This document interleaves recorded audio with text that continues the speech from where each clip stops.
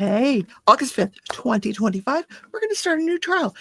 2 new trials started live on YouTube today. I looked at them both.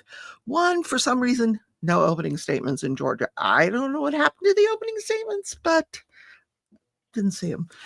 The other one, I did catch opening statements, and I thought, oh, this is really interesting. This is in Florida, Pensacola, Florida, not far from where we're going to sit and watch the trial of Donna Adelson later on this month.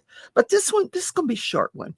This is Sheila Agee out of Pensacola. She actually lives in Alabama, but the crime happened at a Home Depot in 2023 in Pensacola, Florida. Watch this intro, and then I'm going to tell you all about it. It's a really, really interesting one. It deals with some subject matter that we haven't dealt with in a while, or ever. So we'll see you on the other side.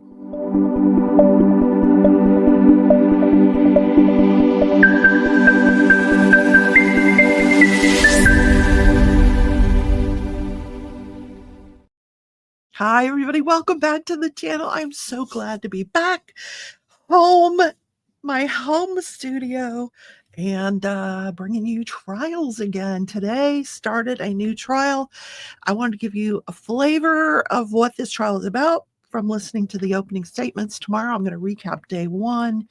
I don't think it's going to be a lengthy trial. We'll be done in plenty of time to get into Donna Adelson. Yeah. That trial is going to be we're going to watch it cover to cover, Donna Adelson. But this one is the trial of Sheila Agee. Now, I'm looking all over for her age, and I'm going to guess, based on the fact that her son was 18 years old when he committed the crime, that she's probably in her 30s. Somewhere in her 30s, maybe close to 40 at this point. But if you look, if you were just scanning YouTube, and you looked at the trial, you'd think, oh, that's poor little old lady sitting there. She's not an old lady, just no hair dye in jail. She's got, the gray hair thing going. One of the channels called her son's murder trial the STD revenge killing, and that is exactly what this thing is about. The gonorrhea. I'm only going to say it once. That's it. It's out. We know what it is. The STD revenge killing. So back on August 11th of 2023, her son, Keith Agee, went to the Home Depot in Pensacola on Davis Road and gunned down his baby mama. Yeah. But how did we get to a trial for Sheila? This is the interesting part, why they are trying her. He's already been tried. He's been convicted. He is serving life in prison without the possibility of parole. There is a death penalty in Florida, but apparently they didn't go for it in this case, or in that case either.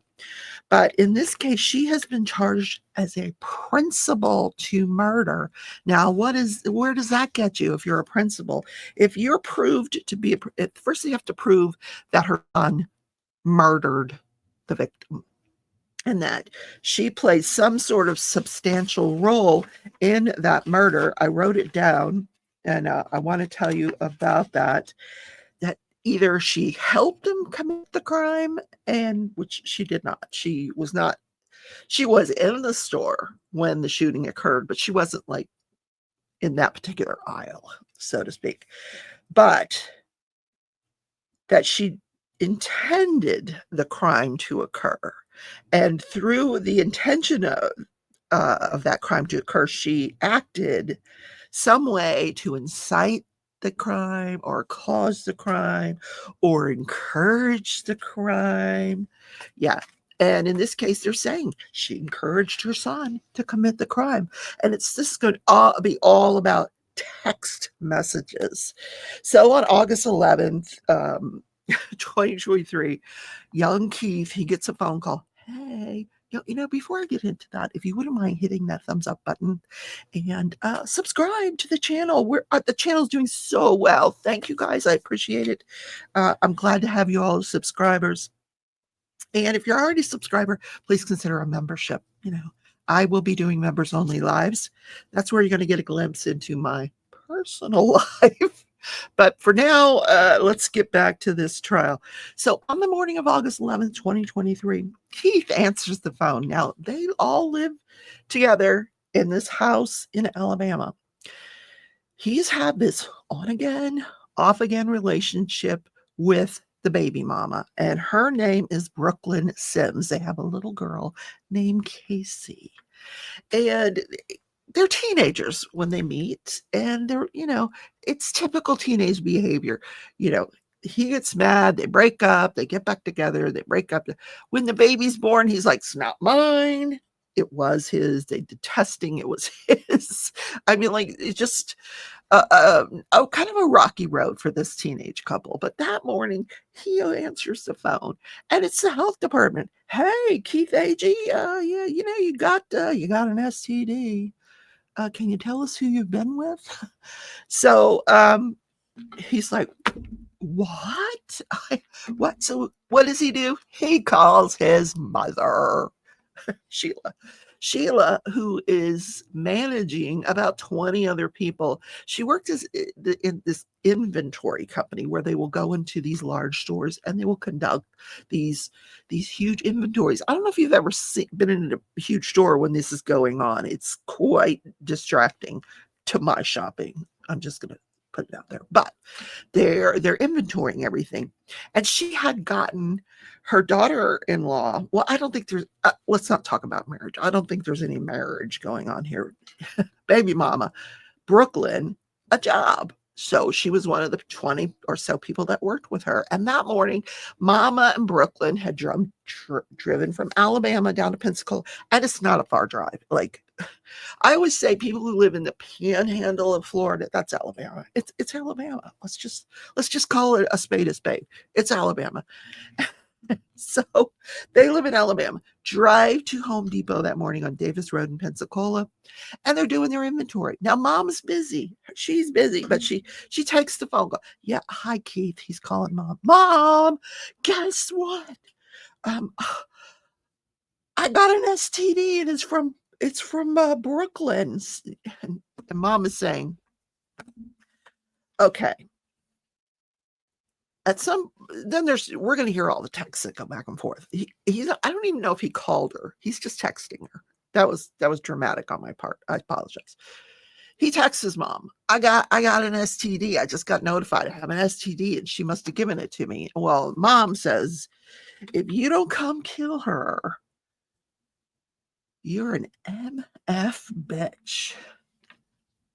What? Now, I don't know what came first, the chicken or the egg, or where in the conversation she says this, but that's the first words out of the prosecutor's mouth during his opening statements. If you don't come kill her, you're a MF bitch. And the texting goes on. And so here, I'm trying to get this right. So he gives her a call. He's texting her, and he tells his mom, I'm going to kill her. I'm going to kill her. And she was, he said, he was going to do it when they got home that night, because she had driven down there with Brooklyn. She says to him, no, first let her get out of the car. I don't want you to shoot me. So, and then she tells him, why don't you just come here and do it? That way you're not in front of the kid.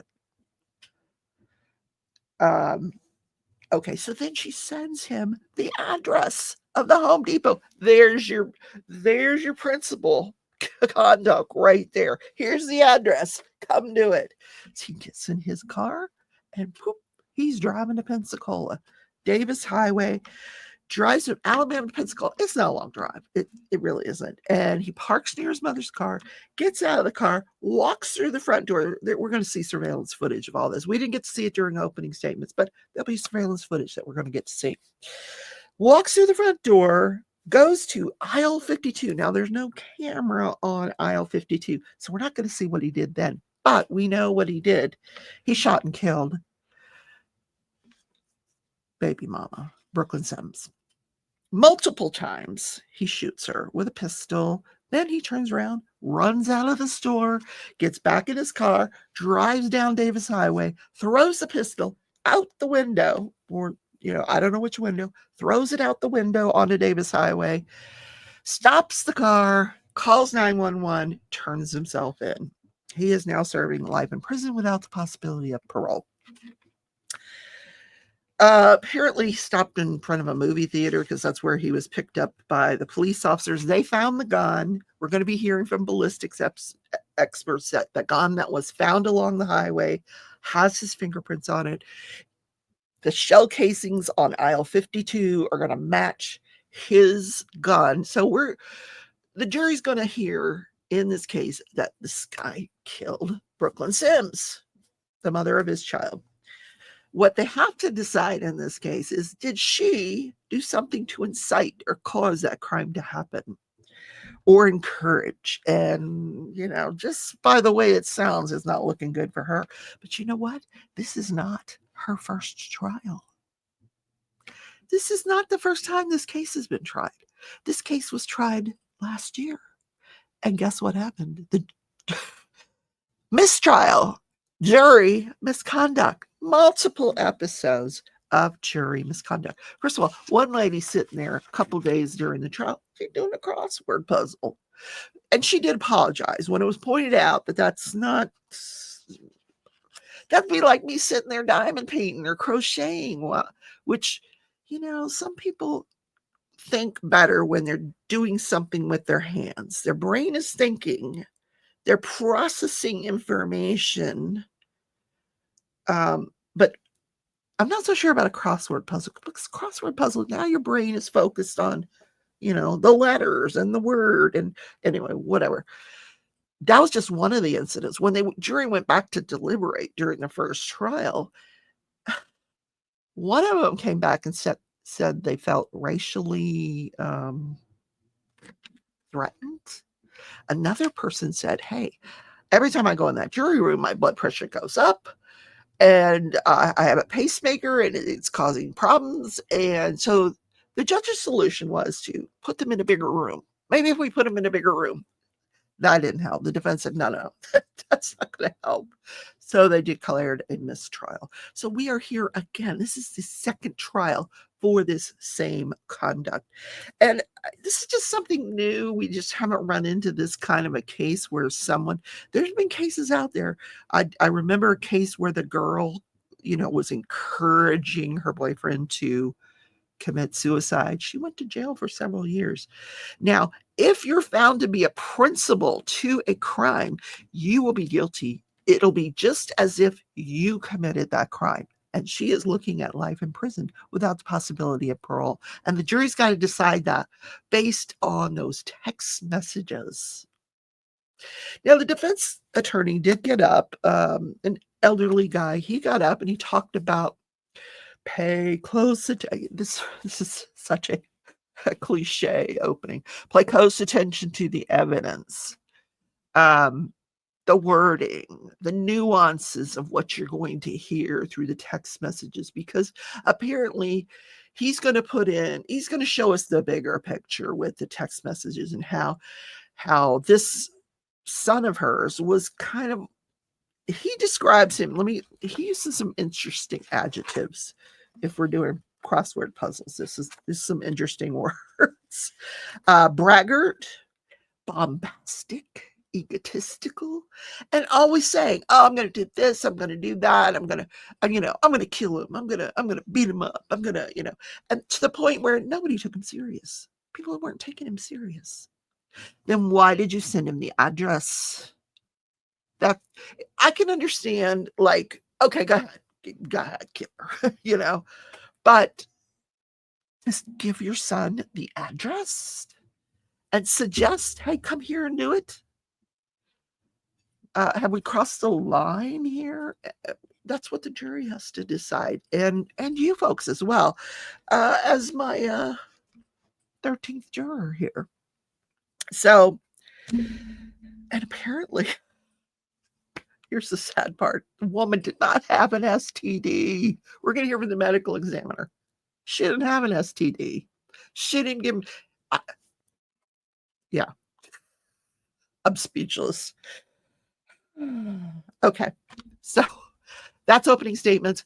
I will be here again tomorrow in my chair, in my office, my studio here, and I will bring you what occurred. What did we hear on day one after the opening statements? I'll bring all that to you in the morning tomorrow.